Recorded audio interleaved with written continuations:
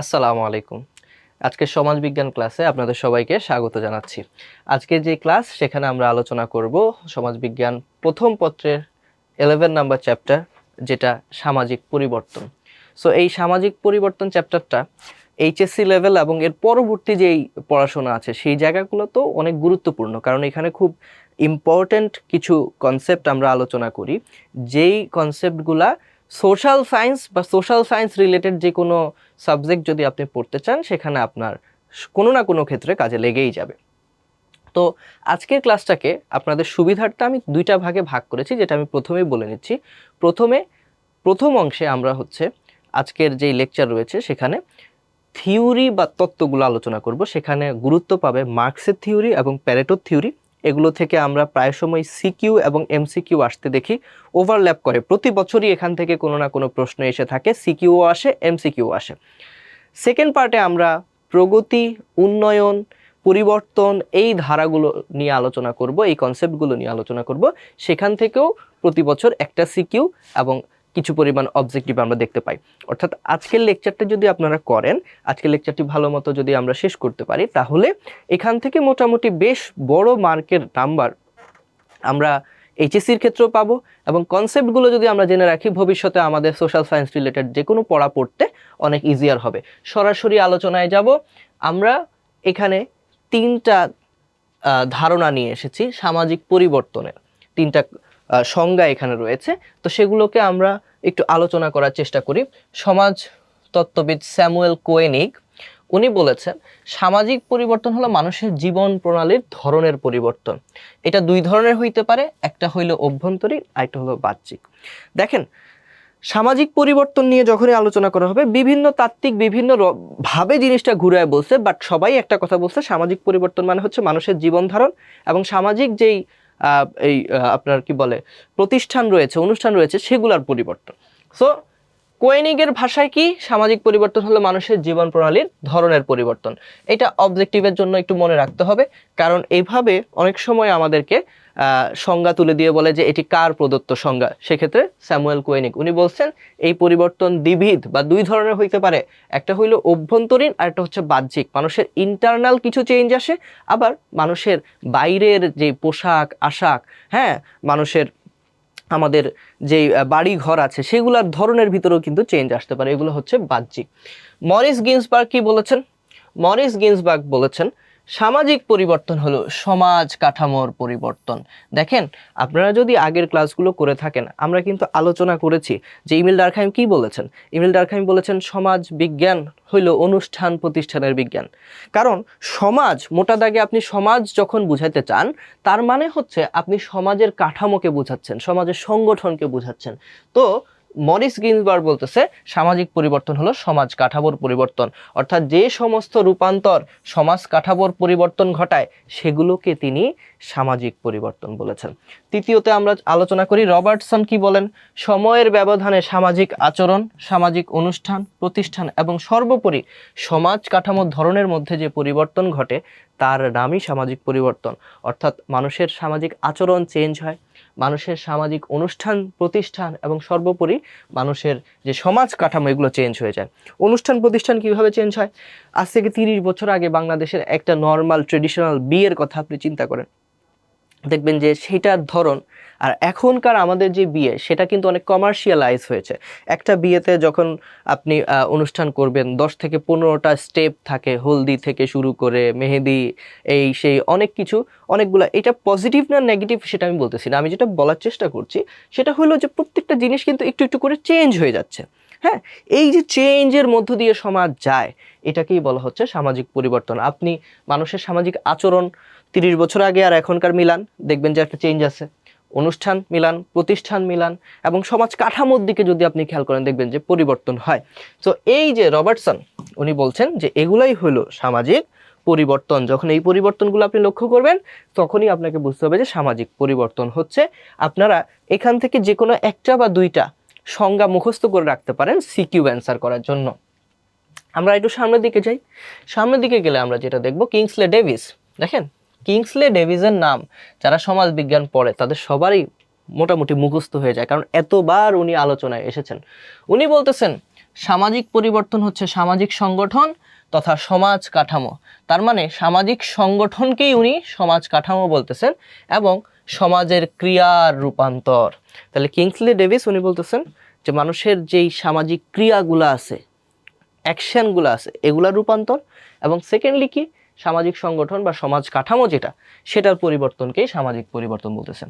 আমরা আরেকটু যাই, জার্মান বিজ্ঞানী গার্থ এবং সমাজতান্ত্রিক উনি আমেরিকান মিলস, ওনারা কি বলছেন?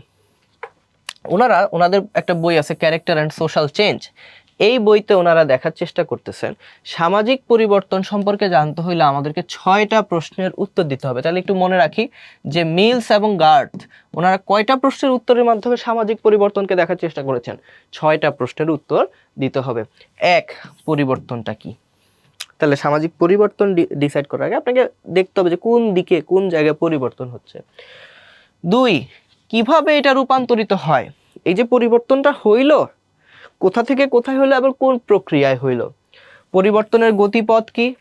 4, কি হারে পরিবর্তন হচ্ছে? এটা কি খুব র্যাপিড হচ্ছে নাকি আস্তে আস্তে বছরের পর বছর ধরে হচ্ছে?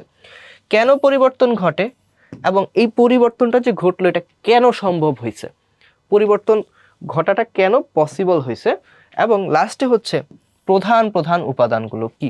এগুলো আমরা জাস্ট আইডিয়া নিয়ে রাখতে পারি এবং অবজেক্টিভের জন্য মনে রাখতে পারি যে 6টা পরিবর্তনের কথা গার্থ এবং মিলস বলেছেন।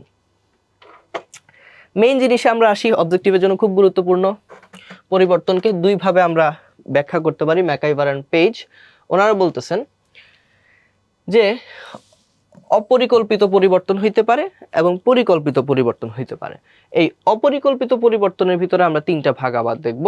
3টা ধরনের কথা ম্যাকাইভার এন্ড পেজ বলছেন।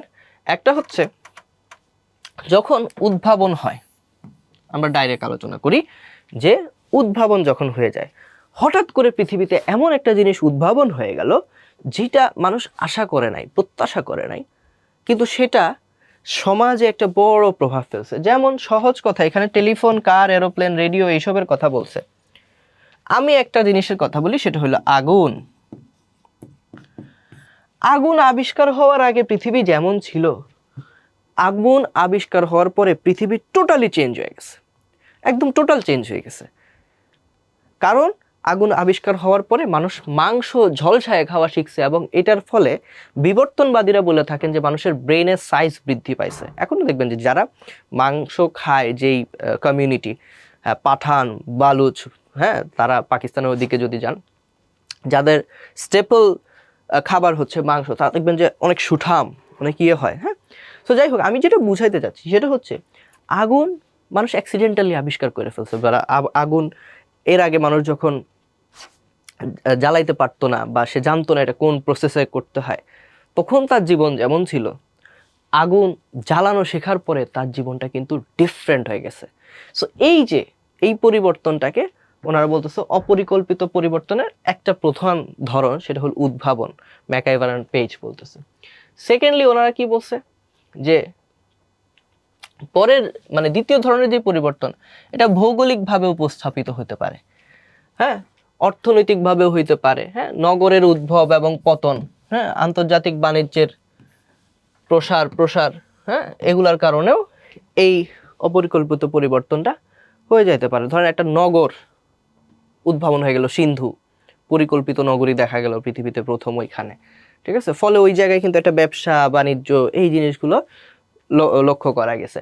আবার ধরেন বিশাল একটা ঝড় আসলো, এসে একটা নগর ধ্বংস হয়ে গেল, তখনও কিন্তু এখানে একটা পরিবর্তনের ব্যাপার আমরা দেখতে পাই।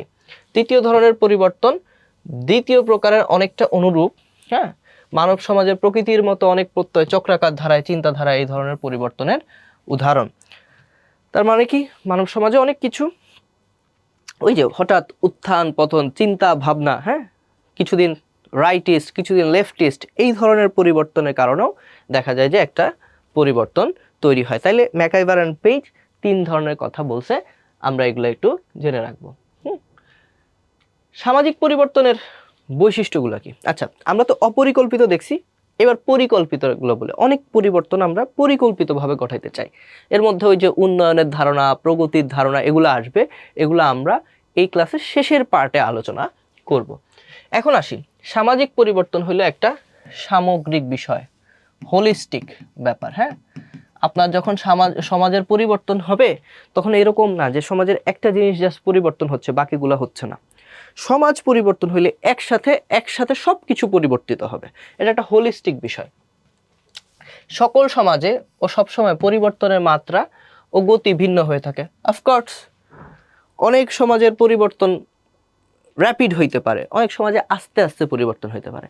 সমাজের একটা কাঠামো খুব দ্রুত পরিবর্তিত হয়ে যেতে পারে, আরেকটা আস্তে আস্তে হইতে পারে। যেমন আপনি সহজভাবেই চিন্তা করেন যে বাংলাদেশে একটা সময় যখন ইন্টারনেট ছিল না, তখনকার বাংলাদেশের সামাজিক বিভিন্ন জিনিসের যে গতি আর এখনকার যে গতি, দুটো কিন্তু ডিফারেন্ট। আবার আপনি আফ্রিকায় চলে যান, ওখানে দেখবেন যে মোবাইল নেটওয়ার্ক পাওয়ার জন্য মানুষ এখনো গাছের নিচে এসে দাঁড়ায় বা গাছের উপরে এসে উপরে উঠে সে মোবাইলের নেটওয়ার্ক পায় কিনা। আমরা যারা ছোটবেলায় টিভি দেখতাম, আমরা তখন অ্যান্টেনা কিনতে হইতো, ওই অ্যান্টেনাটাকে বড় গাছের সাথে ঝুলাইলে বিটিভি দেখা যাইতো, এবং দেখা যাইতো যে ওই বাতাস আসলে যখন অ্যান্টেনা নড়ে যাইতো তখন টিভি ঝিরঝির করা শুরু করছে। এই যে একটা বিষয় একটা টাইমে ছিল, মানুষের দৈনন্দিন জীবনের অংশ ছিল সেটা। কিন্তু তারপর যখন ইন্টারনেট চলে আসলো, অ্যাভেলেবল হয়ে গেল, তখন কিন্তু আসলে আমাদের এই যে একটা চ্যানেল দেখার বাধ্যবাধকতা থাকলো না। তারপরে হচ্ছে যে এই যে ঝিরঝির, এখন আমরা ঝিরঝির তো কল্পনাও করতে পারি না। এই যে বিষয়গুলো, এগুলোই তো পরিবর্তন। এখন বাংলাদেশে যেভাবে ইন্টারনেট আসছে, আফ্রিকার কোনো একটা দেশেও ঠিক একই গতিতে একই টাইমে একইভাবে ইন্টারনেটের পরিবর্তন হবে, ব্যাপারটা তো এরকম না। সো সমাজের এইটাই বলছে যে সব সমাজে সবসময় পরিবর্তনের মাত্রা ও গতি ভিন্ন। সামাজিক পরিবর্তনের ক্ষেত্রে বিভিন্ন বৈশিষ্ট্য নিচে উল্লেখ আমরা করা হয়েছে, সেগুলো দেখব। 1 নাম্বার, সামাজিক পরিবর্তন একটা সামগ্রিক প্রক্রিয়া, হোল। একটা জিনিস পরিবর্তন হইলে ওইটার ধাক্কায় আদার জিনিসগুলো পরিবর্তন হওয়া শুরু করে, অ্যাটলিস্ট প্রভাবিত হয়। সামাজিক পরিবর্তন হলো সামাজিক কাঠামোর পরিবর্তন। আমরা জানি সমাজবিজ্ঞান আমরা যারা পড়ি, আমরা মূলত সামাজিক কাঠামোগুলোকেই পড়ে থাকি, ঠিক আছে। তার মানে সামাজিক পরিবর্তন হলো সামাজিক কাঠামোর পরিবর্তন। সামাজিক পরিবর্তনের গতি ও মাত্রা অভিন্ন নয়, তার মানে কি ভিন্ন ভিন্ন গতি হইতে পারে। 4, সামাজিক পরিবর্তন হলো মানব গোষ্ঠীর সাংগঠনিক ও প্রাতিষ্ঠানিক ক্ষেত্রে ব্যাপক পরিবর্তন। অর্থাৎ আপনারা খুব সিম্পল ভাবে চিন্তা করেন, ওই যে এক বিয়ে, হ্যাঁ, আমাদের বাবাদের সময় বিয়ে মানে কি, পাত্রপাত্রী কবুল বলবে, একটা বড় ভোজ হবে, হ্যাঁ, তারপরে মোটামুটি শেষ। কিন্তু এখন কিন্তু এটার অনেকগুলো স্টেপ, অনেকগুলো প্রসেস তৈরি হয়েছে। হ্যাঁ, বিয়ের আগে কি হবে, বিয়েটা কি ডেস্টিনেশন ওয়েডিং হবে নাকি নর্মাল ওয়েডিং হবে, বিয়ের পরে কি হবে, হানিমুন কোথায় হবে, এই যে আ লট অফ থিংস একসাথে এটার সাথে কানেক্টেড হইলো, এটা কি একটা ব্যাপক পরিবর্তন না? সো বলতেছে মানব গোষ্ঠীর সাংগঠনিক ও প্রাতিষ্ঠানিক ক্ষেত্রে এটা একটা কি ব্যাপক পরিবর্তন নিয়ে আসবে। সামাজিক পরিবর্তন প্রাকৃতিক ও কৃত্রিম উভয় প্রকারে হইতে পারে। অফকোর্স, ধরেন নদী ভাঙন হইলো, একটা মানুষ ভিটামাটি হারায় ফেললো, সে ঢাকায় আইসা বস্তিতে থাকতেছে, তার এই যে পরিবর্তনটা হইলো জীবনযাপনের বা তার ফ্যামিলির, এটা কিন্তু প্রাকৃতিক উপায় হয়েছে। আরেকটা হইলো ওই মানুষটাই চিন্তা করেন, তার যখন ফিউচার জেনারেশন আসছে, সে টাকা পয়সা কামায় কিছু টাকা ব্যাংকে রাখছে, যে আমার ছেলেটা যদি একটু বড় হয় তখন আমি তাকে একটা ভালো স্কুলে পড়াবো, ভালো কলেজে পড়াবো, তাকে সে হচ্ছে যে অনেক ইনভেস্ট করে এই ছেলেটাকে ধরেন একটা বড় অফিসার বানায় ফেললো, হয়তো বাংলা সিনেমা এগুলো আমরা লক্ষ্য করি। সো এই যে পরিবর্তনটা হইলো, আবার এইটা কিন্তু আবার কৃত্রিম পরিবর্তন। তাহলে পরিবর্তন 2 ধরনের হইতে পারে, একটা হচ্ছে প্রাকৃতিক উপায়ও হইতে পারে, কৃত্রিম উপায়ও হইতে পারে। পরিবর্তন শব্দটি ব্যতীত পৃথিবীর সব কিছুই পরিবর্তনশীল। এখানে বলছে যে পৃথিবীর সব কিছুই পরিবর্তন হয়, শুধু পরিবর্তন শব্দটা ব্যতীত। কোনোদিন পরিবর্তন শব্দটাও হয়তো পরিবর্তন হয়ে যেতে পারে। 7 নাম্বার, সামাজিক পরিবর্তনে কাঠামোগত, সাংস্কৃতিক ও মিথস্ক্রিয়গত মাত্রা বিদ্যমান থাকে। তার মানে সামাজিক পরিবর্তন হইলে একই সাথে কাঠামো পরিবর্তন হয়, সাংস্কৃতিক একটা বড় পরিবর্তন হয়। লাইক আপনি ধরেন কোনো একটা সোসাইটি মেনটেন করতে গেলে আপনাকে কিন্তু আপনার পোশাক আশাক সব কিছুই মেনটেন করতে হয়, তাহলে সাংস্কৃতিক একটা পরিবর্তন হয়। এবং মিথস্ক্রিয়াগত, হ্যাঁ, আপনি ধরেন একটা জায়গায় গ্রামে থাকতে যাদের সাথে আপনি মিশতেছেন, যেই পোশাক আশাক করতেছেন, ঢাকায় একটা কর্পোরেট সোসাইটিতে চলে আসলে কিন্তু আপনি ডিফারেন্ট মানুষ পাবেন, ডিফারেন্ট পোশাক আশাক আপনাকে পরতে হবে। তখন আপনি চাইলেই লুঙ্গি পরে ধরেন চলে গেলেন একটা জায়গায়, করা যাবে না। গ্রামে কিন্তু অনেক বড় বড় অনুষ্ঠানে আপনারা মুরব্বীরা দেখবেন, যে মুরব্বীদেরকে দেখবেন যে তারা লুঙ্গির উপর কোট পরে চলে আসছে, বাট ঢাকায় কি এটা পসিবল? একটা কর্পোরেট এলাকায় কি এটা পসিবল? পসিবল না। তার মানে হলো সামাজিক পরিবর্তন হলে সেটাখানে আপনার কাঠামোগত, সাংস্কৃতিক, মিথস্ক্রিয়াগত সব মাত্রা থাকে, বিভিন্ন ডাইমেনশন থাকে, সেই ডাইমেনশনগুলোতে কিন্তু পরিবর্তন হয়। কারণগুলো একটু দেখবো আমরা ছোট্ট করে। সামাজিক পরিবর্তনের কারণগুলো কি?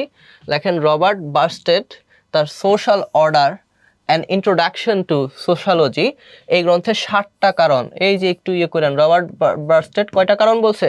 60টা কারণকে দায়ী করছে। 1 নম্বর ভৌগোলিক কারণ, এই যে দেখেন প্রাকৃতিক দুর্যোগ, জলবায়ু, আবহাওয়া, ভূমির পরিবর্তন, হ্যাঁ, এগুলোর কারণে সমাজে পরিবর্তন ঘটে।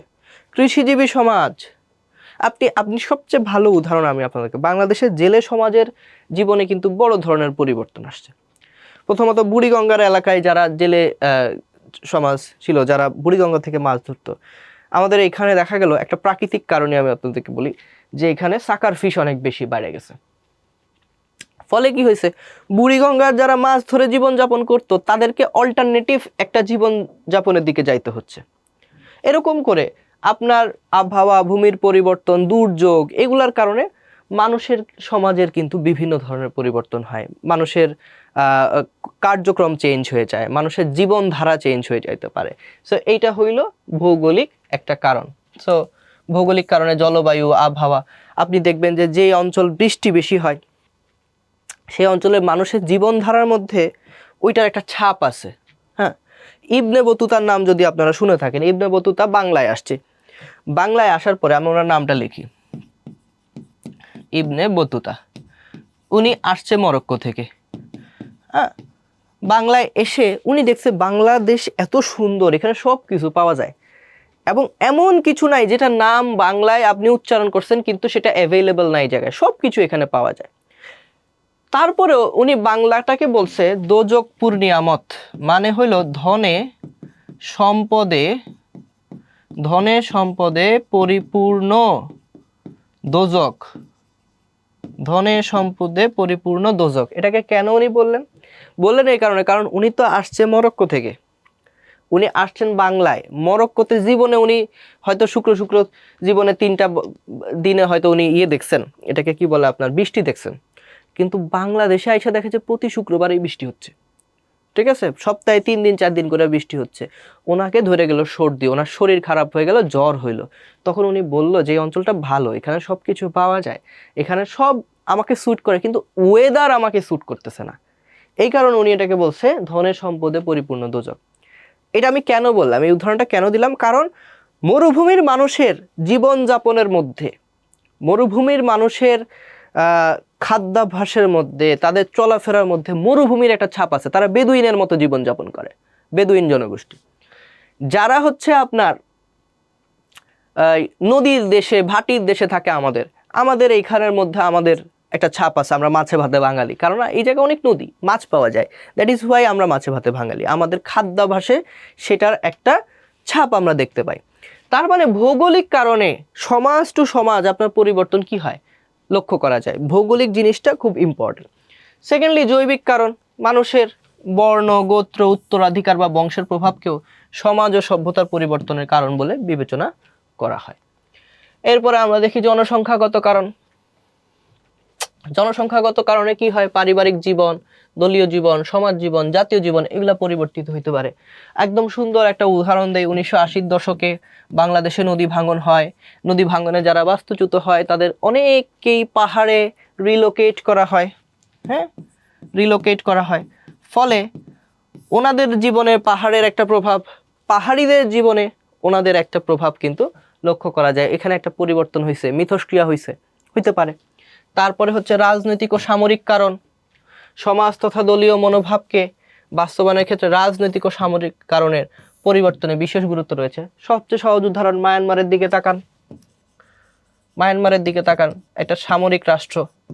হ্যাঁ, সেখানে মুহূর্তে মুহূর্তে বিভিন্ন ধরনের চেঞ্জেস হচ্ছে। বিদ্রোহী গোষ্ঠী সেখানে কখনো ক্ষমতায় চলে যাচ্ছে, কখনো নর্মাল মানুষজন এফেক্টেড হচ্ছে, কেউ বাস্তুচ্যুত হচ্ছে। মায়ানমারে এই যে সামরিক কারণে ওরা রোহিঙ্গাদেরকে বাংলাদেশে পাঠায় দিছে। এখন রোহিঙ্গারা একটা নতুন জায়গায় আসছে, কক্সবাজারে। এসে তারা আমাদের জীবনকেও পরিবর্তিত করতেছে, সামাজিক পরিবর্তন, তাদের নিজেদের জীবনেও একটা বড় পরিবর্তন হয়েছে, সামাজিক পরিবর্তন। তাহলে সামরিক কারণে হইতে পারে, রাজনৈতিক কারণে হইতে পারে, বিভিন্ন কারণে সমাজে একটা পরিবর্তন কিন্তু লক্ষ্য করা যেতে পারে। আর একটা হচ্ছে মেকানিক্যাল রিজন, মেকানিক্যাল কজ, যান্ত্রিক কারণ। খুব সহজ কথা, একটা সময় মানুষ আপনার গাড়ি চালাইতে পারতো না, তখন তার সমাজ যেরকম ছিল, জীবন যেরকম ছিল। এখন মানুষ প্লেন চালাইতে পারে, তার সমাজ এবং জীবন কি সেম থাকবে? থাকবে না। সভ্যতার কারণে তার সমাজের পরিবর্তন হয়ে গেছে। এবং খুব স্বাভাবিকভাবেই আপনারা দেখবেন যেসব দেশ এই মেকানিক্যাল জিনিসে উন্নত, আমেরিকা, ইন্ডিয়া, তারপরে হইলো যে আপনার ইউরোপের কান্ট্রিগুলা, যাদের কাছে এই যন্ত্রপাতি বেশি আছে, যারা এগুলো ভালো মতো চালাইতে জানে, তাদের জীবনমান উন্নত।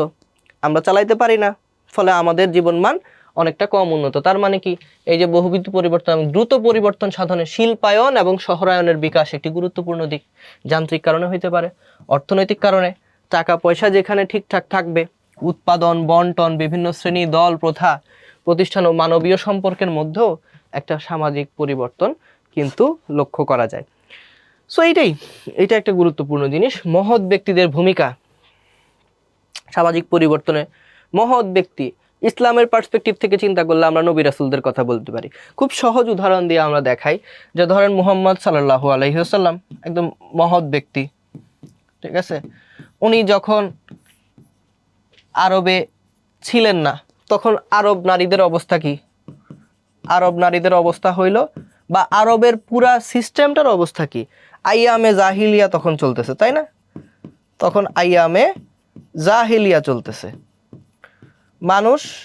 মানুষের সাথে ভালো ব্যবহার করে না, মানুষ কোনো আপনার ভালো জীবন যাপন করে না। মেয়ে হইলে তারা মেয়ে সন্তান হইলে এটাকে হচ্ছে যে তারা জীবিত দাফন করে ফেলে। এই ধরনের একটা অবস্থা ছিল। আল্লাহ রাসূল আসলেন সাল্লাল্লাহু আলাইহি সাল্লাম, মুহাম্মদ সাল্লাল্লাহু আলাইহি সাল্লাম আসলেন, অবস্থাটা কি আর সেম থাকলো? সেম থাকলো না। উনি পরিবর্তন করে দিয়ে গেলেন, ইতিহাসের শ্রেষ্ঠ একটা যুগ উনি শুরু করে দিয়ে গেলেন। সো এই যে ব্যাপারটা, সেটা হলো অনেক সময় মহৎ ব্যক্তি বা মনীষীদের আগমন সামাজিক পরিবর্তন। এই যে পরিবর্তনটা উনি করলেন, এটা কি আসলে নর্মাল না? এটা তো সামাজিক পরিবর্তন। পুরো সমাজ চেঞ্জ হয়েছে, অর্থনীতি চেঞ্জ হয়েছে, মানুষের চিন্তাধারা চেঞ্জ হয়েছে, মানুষের আবেগ, বিবেক, এই জিনিসগুলো চেঞ্জ হয়ে গেছে, তাই না? উনি যাকাত শুরু করলেন, যে অর্থনৈতিকভাবে শুধু ধনীরা ধনী হবে, গরিবরা গরিব থাকবে, ব্যাপারটা এরকম না। উনি অর্থনীতিতেও চেঞ্জ আনলেন, মানুষের অধিকার নিয়ে আলাপ করলেন, হ্যাঁ, মানুষের মধ্যে সহাবস্থান নিয়ে উনি আলাপ করলেন, ঠিক আছে? সব কিছু নিয়ে উনি আলাপ করলেন। এবং দেখা গেল যে আরবের যেই গোষ্ঠীগুলা তারা যাযাবর ছিল, তারা হচ্ছে আইয়ামে জাহিলিয়া মানে অজ্ঞ ছিল, তাদেরকে উনি আলোর দিশা দেখাইলেন। সো এই যে সামাজিক পরিবর্তন এইভাবেও হয়ে থাকে যখন মহৎ মনীষীরা আসেন, ঠিক আছে, চিন্তাধারারা আসেন, বড় বড় চিন্তকরা আসেন, তখন কিন্তু পরিবর্তন হয়। যেমন আপনি রাশিয়ার দিকে যান, লেনিন আসার আগে রাশিয়া ছিল জারতন্ত্র, লেনিন আসার পরে রাশিয়া হয়ে গেল সমাজতন্ত্র। সো এই যে সামাজিক পরিবর্তন। সো এই 7টা বিষয় আমরা আলোচনা করলাম। আশা করি আপনারা যতটুকু আলোচনা করছি কোনো ঝামেলা আপনাদের এখানে হওয়ার কথা না। আমি সবগুলোতেই উদাহরণ দিয়ে দিয়ে দেখানোর চেষ্টা করেছি। এবার সবচেয়ে গুরুত্বপূর্ণ পার্ট 1, যে জিনিসটা নিয়ে সৃজনশীল আসবে, যেখান থেকে অবজেক্টিভ হবে, যে জিনিসটা আপনাদের পরবর্তীতে সোশ্যাল সায়েন্স পড়তে কাজে লাগবে, মার্কসের তত্ত্ব। মার্কস কি বলছে, সমাজ কেন চেঞ্জ হয়েছে, এটাকে আমরা ডিটেইলে দেখার চেষ্টা করব। মার্কসের তত্ত্ব বুঝতে হলে আপনারা আগে প্রকৃতির রাজ্যের দ্বন্দ্ব বুঝতে হবে। এই জিনিসটা দিয়েছেন হেগেল। আচ্ছা, হেগেল একজন বিখ্যাত তাত্ত্বিক ছিলেন। হেগেল প্রকৃতির রাজ্যের দ্বন্দ্বের কথা বলছে, যেটা পরে মার্কস, এঙ্গেলস ওনার এই আলাপটাকে নিয়ে নিজেরা আরো নিজেদের তত্ত্বগুলা তৈরি করছেন। হেগেল বলতেছে পৃথিবীর সব কিছুর মধ্যে, প্রকৃতির মধ্যে না দ্বন্দ্ব আছে, দিনের বিপরীত রাত আছে, উত্তর মেরুর বিপরীত দক্ষিণ মেরু আছে, চুম্বককে বিকর্ষণ করে। যেরকম থিসিস আছে, একটা দিক যদি থাকে থিসিস, আরেকটা দিক থাকবে অ্যান্টিথিসিস। হ্যাঁ, আমি যদি বলি এটা ভালো, আরো 5 জন এসে বলবে যে এটা খারাপ। এই থিসিস এবং অ্যান্টিথিসিস মিলে সমাজ সামনের দিকে আগাইতে থাকে, যেটাকে বলা হয় সিনথেসিস। ঠিক আছে, একটা মাঝামাঝি অবস্থায় সমাজ সামনের দিকে আগাইতে থাকে। দুইটা দিক থেকে যখন ধাক্কা আসে, সমাজটা তখন এটা মিডল গ্রাউন্ড ধরে সামনের দিকে আগাইতে থাকে, এটাকে বলা হয় সিনথেসিস। থিসিস, অ্যান্টিথিসিস, তারপরে আসলো সিনথেসিস। এই হেগেলের ধারণাটা মার্কস নিছে। মার্কস তারপরে দ্বান্দ্বিক বস্তুবাদের কথা বলছে। উনি বলছে এই যে প্রকৃতির রাজ্যে দ্বন্দ্ব যেরকম, মানুষের জীবনেও এরকম দ্বন্দ্ব আছে, এবং সকল দ্বন্দ্বের মূল বিষয় হইল বস্তু, বস্তু, ম্যাটেরিয়াল। ম্যাটেরিয়ালের কারণেই সমাজে এত দ্বন্দ্ব হয়েছে। টাকা, টাকা পয়সা, জমি জমা, এগুলোর জন্যই দ্বন্দ্ব হয়েছে। এই দ্বন্দ্বগুলার কারণে আস্তে আস্তে আস্তে আস্তে সমাজ বিভিন্নভাবে ভেঙে গেছে। ভেঙে গেছে মানে হচ্ছে বিবর্তিত হয়েছে। সেই জিনিসগুলো আমরা সামনেই আলোচনা করব। আরেকটা হলো হিস্টোরিক্যাল ম্যাটেরিয়ালিজম। দ্বান্দ্বিক বস্তুবাদের ধারণাকে যখন ইতিহাস ব্যাখ্যা করার জন্য মার্কস ব্যবহার করেছেন, সেটাকেই বলা হয় ঐতিহাসিক বস্তুবাদ বা হিস্টোরিক্যাল ম্যাটেরিয়ালিজম। একটু ডিটেইলে দেখার চেষ্টা করি। প্রকৃতির রাজ্যে দ্বন্দ্ব, এই ধারণা দিয়েছেন জার্মান দার্শনিক হেগেল। 3টে স্টার দিয়ে নেন অবজেক্টিভের জন্য। প্রকৃতির রাজ্যে দ্বন্দ্ব, এই ধারণা দিয়েছেন জার্মান দার্শনিক হেগেল। তার মতে পৃথিবীর প্রতিটি জিনিসের মধ্যেই বৈপরীত্য আছে। সে কারণেই প্রকৃতির রাজ্যে যেমন ঐকতান আছে, ঐকতান মানে হচ্ছে যে একটা থিসিস যেরকম আছে, আন্ডারস্ট্যান্ডিং যেরকম আছে, তেমনি পরিবর্তনও আছে। ওই যে অ্যান্টিথিসিস যখন চলে আসছে তখনই যেমন ধরেন আপনারে আমি বুঝাই একটা উদাহরণ দিয়ে, যে একটা টাইম পর্যন্ত মানে ভারতবর্ষে সতীদাহ প্রথা ওয়াজ ভেরি সেলিব্রেটেড। পুরুষ নারী সবাই সতীদাহ প্রথাটাকেই মেনে নিছে, এটা হচ্ছে ঐকতান, যে সবাই মানতেছে।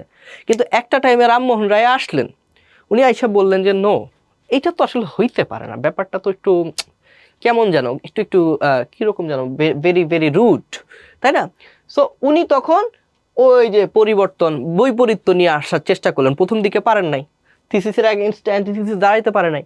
তারপরে উনি ইংরেজদের সাহায্য নিলেন, সেখানে একটা সিনথেসিস হইল। আস্তে আস্তে এখন যখন মানুষ চিন্তা করে যে সতীদাহ কথা, তখন তো মানুষ চিন্তা করে যে এটা কত মানে অদ্ভুত, কত একটা মানে খারাপ একটা বিষয় ছিল। কিন্তু একটা টাইমে তো মানুষ এটাকেই ঐকতান করছে, একটা টাইমে এটাকেই মানুষ এমব্রেস করছে, এখন আমরা করি না। সো এইভাবে সমাজ পরিবর্তিত হইতে থাকে, সামনের দিকে আগাইতে থাকে। সো যাই হোক, হেগেল বলতেছে প্রকৃতির ভিতরে 2টা শক্তি থাকা প্রয়োজন, একটা হইল থিসিস, একটা অ্যান্টিথিসিস। এইটা থাকবে, এইটার কারণেই আস্তে আস্তে সমাজ, পৃথিবী, রাজনীতি সবকিছু সামনের দিকে আগাইতে থাকবে।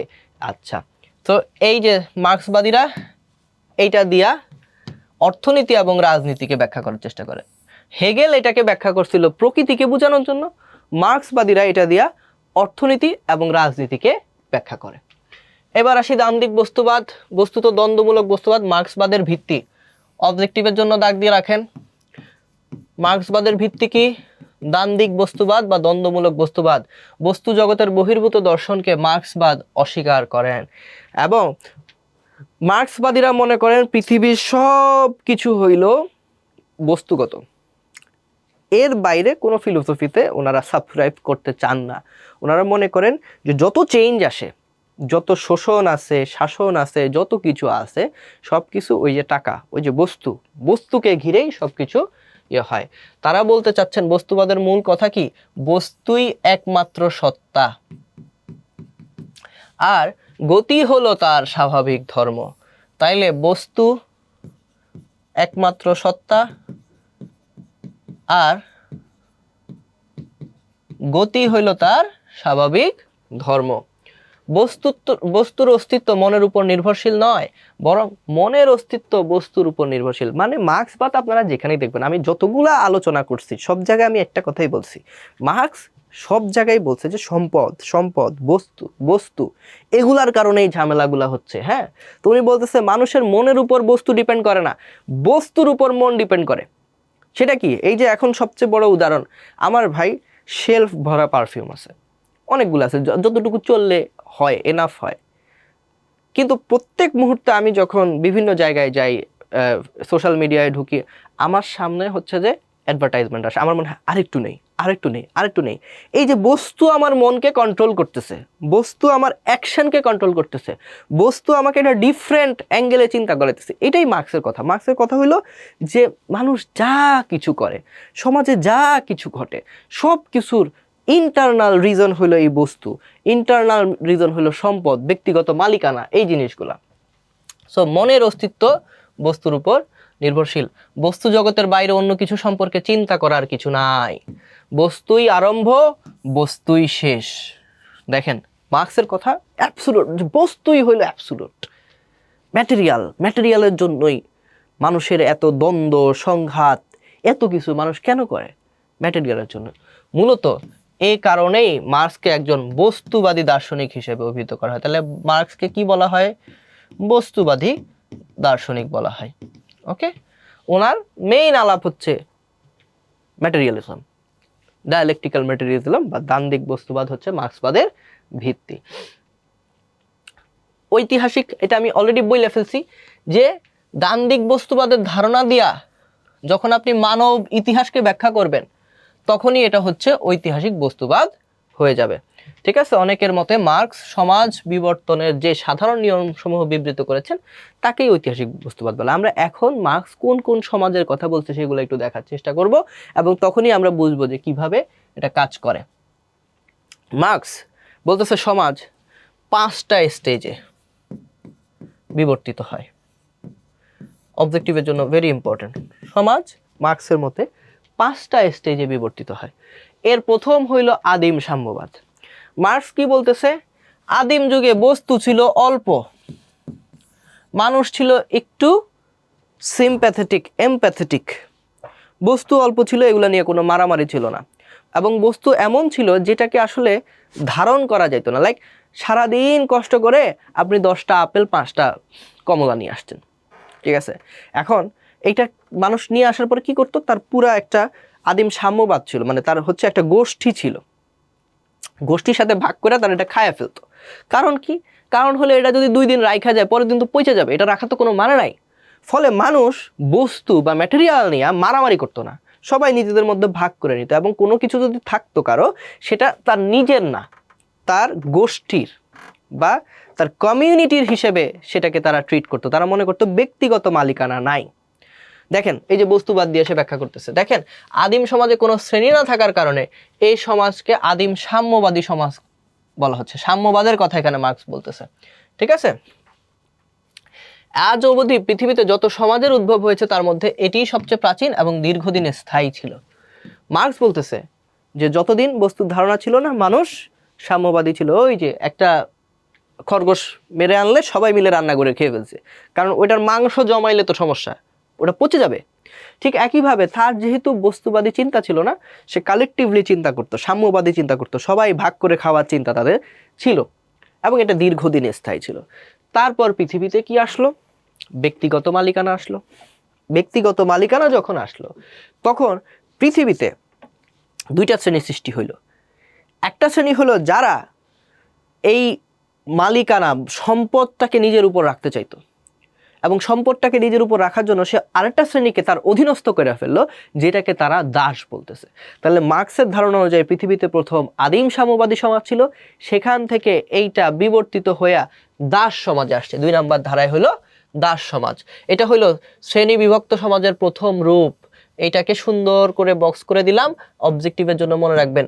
এর আগে সমাজে কোনো শ্রেণী ছিল না, সবাই সমান ছিল, সাম্যবাদ। কিন্তু এরপরে আসছে শ্রেণী বিভক্ত সমাজ। এই সমাজে দাস সমাজ আসলো। একটা শ্রেণী হয়ে গেল সম্পদের মালিক, ওরা নিজেরা তো সম্পদের মালিক হয়েছে, মানুষকেও তারা সম্পদের মতো ট্রিট করা শুরু করছে, দাস হিসেবে মানুষকে কিনা বেচা করা শুরু করছে। এই ব্যবস্থা প্রাচীন গ্রিস ও রোমে। তাহলে দাস সমাজ প্রথম কোথায় দেখা যায়? প্রাচীন গ্রিস ও রোমে। আচ্ছা, ভারতীয় উপমহাদেশেও দাস প্রথা চালু ছিল, তবে এত কঠোর এটা ছিল না। মার্কস দাস প্রথাকে একটি উৎপাদন পদ্ধতি হিসেবে দেখেছেন। দাস প্রথাকে মার্কস বলতেছে এটা একটা উৎপাদন পদ্ধতি। হ্যাঁ, যারা দাস তারা উৎপাদন করতেছে, তারা শ্রম উৎপাদন করতেছে, তারা কাজ করতেছে, তারা মাঠে ঘাটে ইয়ে করতেছে। আর দাসের মালিকরা কি করতেছে? জাস্ট ব্যবসা, এক দাস আরেকজনকে বিক্রি করতেছে, টাকা কামাইতেছে তারা। তাহলে মার্কস দাস প্রথাকে কি বলছে? একটা উৎপাদন প্রথা দেখাচ্ছে, এবং এখানে শ্রেণীভিত্তিক সমাজ তৈরি হয়েছে। 2টা শ্রেণী ছিল, একটা হলো দাস মালিক, একটা হলো দাস। দাসরা কেবল এই যে দেখেন গ্রাসাচ্ছাদনের বিনিময়ে, গ্রাসাচ্ছাদন খুব কঠিন শব্দ এখানে ইউজ করে। সহজ কথা হইলো দাসদেরকে মালিকরা শুধু খাবার দিত, পোশাক দিত, শেষ। আর ওর কোনো অধিকার নাই, ঠিক আছে? আমরা যেরকম হচ্ছে আমাদের পেট, ওদেরকে তো আমরা অনেক আদর করি, কিন্তু ধরেন একটা প্রাণীকে যেরকম আপনি শুধু খাবার দিলেই এবং হচ্ছে যে এবং পোশাক টোশাক যদি প্রয়োজন হয় ওইটা দিলেন বা থাকার জায়গা দিলেই ও আপনার হয়ে মোটামুটি সব কিছুই শুনবে যদি সে ওবিডিয়েন্ট হয়। ঠিক একইভাবে দাসদেরকেও এরকমভাবে ট্রিট করা হতো যে খাবার এবং পোশাক এর বিনিময়ে তাদেরকে খাটায় নেওয়া হইতো। হ্যাঁ, তারা ছিল মালিকদের ব্যক্তিগত সম্পত্তির মতো। এই যে মালিকরা তাদেরকে যথেচ্ছা ব্যবহার করতে পারতো, দাসদের নিজেদের কোনো অধিকার ছিল না। তারা যা উৎপাদন করত তার সামান্য একটি অংশ মালিকরা তাদের ভোগ করতে দিত, আর বাকিটা দাস মালিকরা নিজেরাই ভোগ দখল করত। তাহলে দেখেন ওই যে ভোগ দখল, ওই যে সম্পদ তার দাসদেরকে দিয়ে কি হইতো, কাজ করায় বস্তু উৎপাদন করা হইতো এবং সেটা মালিকরা নিজেদের কাছে রেখে দিত, ওদেরকে জাস্ট খাইতে দিত বা একটু পোশাক দিত বা একটু থাকার জায়গা দিত, বাস শেষ। সো এইটা হইল দ্বিতীয় ধাপ। কিন্তু সমস্যা হইল একটা সময় এত অত্যাচার নিগ্রহ এদের উপর করা হয়েছে, এরা আস্তে আস্তে বিদ্রোহ করা শুরু করলো, মালিকদেরকে আর মানতে থাকলো না, এরা হচ্ছে বিদ্রোহ করা শুরু করলো। তারপরে দাসদেরকে একটা টাইমে দেখা গেল যে এনাফ দাস পাওয়া যাচ্ছে না। সো ফলে সমাজে আরেকটা ডিফারেন্ট ক্যাটাগরি তৈরি হইল, যেটার নাম হইল সামন্ত সমাজ। এবং সামন্ত সমাজের মূল বিষয়টা হইল জমির মালিকানা কার কাছে থাকবে। আমাদের আগে যে জমিদারি ছিল সেটাকে আমরা সামন্ত সমাজের অন্তর্ভুক্ত বলতে পারি। এবার দাস মালিকরা কি করছে দেখেন, অধিকতর লাভজনক বিবেচনা করেই নিজেদের জমি ক্ষুদ্র চাষিদের মধ্যে নির্দিষ্ট পরিমাণ ফসল দেবার শর্তে বিলি করে দিতেন। তাহলে নিজে নিজে চাষ করাইতে হইল না, বিদ্রোহ দমন করতে হইল না, ক্ষুদ্র ক্ষুদ্র চাষি দেখা দাস মালিকরা কি করলো, নিজেদের জমিগুলা দিয়ে দিল যে তোমরা করাও, চাষ করাও। এভাবে দাস কাঠামোর মধ্যেই জন্ম নিয়েছিল সামন্ত সমাজের ভ্রূণ। সামন্ত সমাজ মূলত ভূমি নির্ভর ছিল, ভেরি ইম্পর্টেন্ট অবজেক্টিভের জন্য। সামন্ত সমাজ ছিল ভূমি নির্ভর। জমির মালিক ছিলেন ভূস্বামী। ভূমিদাসরা ভূস্বামী প্রদত্ত জমিতে চাষাবাদ করত, প্রধানত তারা নিজেদের প্রয়োজনে উৎপাদন করত। বিনিময়ে তারা নির্দিষ্ট সময় নিজেদের চাষাবাদের উপকরণ দিয়ে ভূস্বামীর জমিতে চাষ করতে বাধ্য থাকতো। তাছাড়া ভূস্বামীর বিভিন্ন অনুষ্ঠানে তাদেরকে উপঢৌকন দিতে হইতো, মানে খাজনা দিতে হইতো। যারা জমি চাষ করতো তারা, যারা ভূস্বামী বা জমির মালিক, তাদেরকে খাজনা দিত। এই সমাজে কৃষকরা ছিল জমির সাথে বাঁধা। সামন্ত সমাজে ভূস্বামীকে ছেড়ে যাওয়ার অধিকার তাদের ছিল না, সেজন্যই সামন্ত যুগে কৃষকদের বলা হইতো ভূমিদাস। ভেরি ভেরি ভেরি ইম্পর্টেন্ট, অবজেক্টিভে প্রায় সময় আসে। সামন্ত যুগে কৃষকদেরকে ভূমিদাস বলা হইতো। অবজেক্টিভে কিভাবে আসে? অবজেক্টিভে বলে কোন ব্যবস্থার একটি অংশ হইল ভূমিদাস, ওই ক নাম্বারেই দাস সমাজ দেওয়া থাকে। সো সবাই মনে করে যেহেতু ভূমিদাস এখানে আছে নিশ্চয়ই এটা দাস সমাজের হবে, কিন্তু বাস্তবে সামন্ত সমাজের একটা পার্ট হইল ভূমিদাস। এবং কাদেরকে ভূমিদাস বলা হয়? যারা কৃষক, কারণ তারা জমির মায়া ছেড়ে যাইতে পারতো না, এটাই তার জীবনের সাথে আষ্টে পৃষ্ঠে লেগে আছে। সামন্ত সমাজের প্রধান সংঘাত ছিল কৃষক বা ভূমিদাসদের সাথে সামন্ত প্রভুদের সংঘাত। মানে প্রত্যেকটা সমাজের পরিবর্তন কেন হয়? সংঘাত, দ্বন্দ্ব, এগুলার কারণেই তো। সামন্ত সমাজে কৃষক এবং হচ্ছে এই যে সামন্ত প্রভু, মানে যারা জমির মালিক, ঠিক আছে, তারাই হচ্ছে তাদের মধ্যে প্রধান দ্বন্দ্বটা হইতো। যদিও এখানে আরেকটা শ্রেণী আছে, মিডল ম্যান এখানে আছে। আচ্ছা, এই সংঘাতের কারণে সামন্ত সমাজ ক্রমেই অবক্ষয়ের দিকে এগিয়ে যেতে শুরু করে। তাইলে ওই যে আমরা বলছিলাম থিসিস অ্যান্টিথিসিস, সেখান থেকে হয় সিনথেসিস। তো সামন্ত সমাজেও ভূমির মালিক এবং কৃষক তাদের মধ্যে হচ্ছে একটা ঝামেলা, গ্যাঞ্জাম। হ্যাঁ, সেই গ্যাঞ্জাম থেকে আস্তে আস্তে সমাজ অবক্ষয়ের দিকে যাইতেছিল এবং সেখান থেকেই পুঁজিবাদ হয়েছে, যেটা সবচেয়ে বিরোধী হইলেন মার্কস। মার্কস পুঁজিবাদীদেরকে একদম দুই চোখে দেখতে পারেন না, এবং মার্কসের কথা হইল পৃথিবীতে সবচেয়ে খারাপ ব্যবস্থা হইল পুঁজিবাদ। এবং সে বলছে যে আমরা যেদিন পৃথিবীতে সমাজতন্ত্র কায়েম করব, যেই পুঁজিবাদীটাকে আমরা শেষ ফাঁসিতে ঝুলাবো সেটা হইলো যার কাছ থেকে আমরা দড়ি কিনবো। ঠিক আছে, উনি এই পুঁজিবাদের খুব বিপক্ষে ছিলেন। সামন্ত সমাজের ভাঙনের পটভূমিতে পুঁজিবাদী সমাজের অভ্যুদয় ঘটে। মার্কসের মতে পুঁজিবাদী সমাজ ব্যবস্থা অবাধ প্রতিযোগিতা, ব্যক্তি স্বাধীনতা, আইনের চোখে সমস্ত পণ্য মালিকদের সমানাধিকার ইত্যাদি পুঁজিবাদী আশীর্বাদের রাজত্ব। মানে সহজ কথা, আগে দাস সমাজে যেই কাজটা পিটায়া করা হইতো, পুঁজিবাদ সেই কাজটা আপনাকে একটা ঘোরের মধ্যে রেখে করে, যে না তুমি তো পারবা, তুমি যদি বেশি সময় খাটো তাহলে তুমি বেশি টাকা পাইবা। বেশি টাকা পাওয়া মানে কি? তোমার কাছে তুমি বেশি ইন্ডিপেন্ডেন্ট, তুমি তাইলে যা ইচ্ছা তা কিনতে পারবা। আর মার্কেটে কত পণ্য, তাহলে তোমাকে খাটতে হবে। সো আগে যেটা বেদ দিয়ে পিটায় করানো হইতো, সেটা এখন মানুষকে বুঝায় যে হ্যাঁ স্বপ্ন দেখায় করানো হচ্ছে। এটাই হলো পুঁজিবাদ। যদিও বলা হয় যে এখানে অবাধ প্রতিযোগিতা আছে, ব্যক্তি স্বাধীনতা আছে, আইনের চোখে সমস্ত পণ্য মালিকদের সমান অধিকার আছে, কিন্তু আসলে এইটা একটা ভ্রম। মার্কস বলতেছে এটা একটা ভ্রম, যে ভাই যদি অবাধ বাণিজ্য থাকে, যদি সবাই করতে পারে, তাহলে সিন্ডিকেট কই থেকে আসলো, তাই না? সো এই ধরনের কথাবার্তা মার্কস এখানে আনছে। দেখেন, তবে সকল সমাজে পুঁজিবাদের ধরন একরকম ছিল না। পুঁজিবাদী সমাজেরও ভিন্ন ভিন্ন প্রকার আছে। ঔপনিবেশিক পুঁজিবাদ একরকম, বণিক পুঁজিবাদ একরকম, নব্য উপনিবেশবাদ একরকম। ঠিক আছে, পুঁজিবাদ নিয়ে মার্কস সবচেয়ে বেশি আলোচনা করেছেন। তাহলে কোনটা নিয়ে মার্কস সবচেয়ে বেশি আলোচনা করছেন? পুঁজিবাদ নিয়ে। মার্কস মনে করতেছেন পুঁজিবাদ যখন তার শীর্ষে পৌঁছায় যাবে, মার্কসের কথা অনুযায়ী পুঁজিবাদ যখন তার হাই অল্টিটিউডে পৌঁছায় দিবে, একদম সর্বোচ্চ চূড়ান্ত রূপে পৌঁছাবে পৃথিবীতে, তখন আসবে সমাজতন্ত্র। আর সমাজতন্ত্র যখন আসবে, মার্কসের মতে সেটাই হলো মানুষের অর্থনৈতিক মুক্তি। তাইলে বিবর্তনের ধারায় মার্কস 5টা কথা বলছে। একটা হইলো আদিম সাম্যবাদ, একটা হইলো দাস প্রথা, সামন্ত সমাজ, এবং 4 নম্বরে পুঁজিবাদ। তাইলে পৃথিবী এখন পুঁজিবাদে চলতেছে। 5 নম্বরে মার্কস যেটা কথা বলছে, মার্কস যেটা চায়, পুঁজিবাদ অবসানের সাথে সাথে সমাজে সমাজতন্ত্র প্রতিষ্ঠিত হবে। কিন্তু মার্কস ভুল বলছেন। কারণ কি? সমাজতন্ত্র সমাজে প্রতিষ্ঠিত হয়েছে, রাশিয়াতে প্রতিষ্ঠিত হয়েছে 1917 সালে, হ্যাঁ 22 সালে সোভিয়েত ইউনিয়ন প্রতিষ্ঠিত হয়েছে, কিন্তু পুঁজিবাদের তো অবসান হইতে হয় নাই। এক। দ্বিতীয় কথা হইল, সমাজতন্ত্র প্রতিষ্ঠা হইলে সকল মানুষ সমান হয়ে যাবে, সবাই ভালো থাকবে, হ্যাঁ শান্তিতে সবাই জীবন কাটাবে, এরকম হওয়ার কথা ছিল মার্কসের কথা অনুযায়ী, কিন্তু বাস্তবে তো সেটা হয় নাই। মূলত সমাজতন্ত্রের প্রধান লক্ষ্য হচ্ছে সাম্যবাদ প্রতিষ্ঠা করা, যেটা সমাজতন্ত্র আমরা রাশিয়াতে করতে দেখতে পাই নাই। সমাজতন্ত্রে থাকে সর্বহারাদের এক নায়কত্ব, যেটা বলশেভিক বিপ্লবে আমরা দেখেছিলাম। মার্কস বিশ্বাস করেন রক্তাক্ত বিপ্লবের মাধ্যমে সমাজে সমাজতন্ত্র আসবে। এটা ট্রু, রক্তাক্ত বিপ্লবের মাধ্যমেই সমাজতন্ত্র আসছিল রাশিয়ায়। হ্যাঁ, এই সমাজ নিয়ন্ত্রণের একটি বৈশিষ্ট্য হবে সম্পত্তি। ওই যে মার্কস ঘুরে ফিরে কোথায়?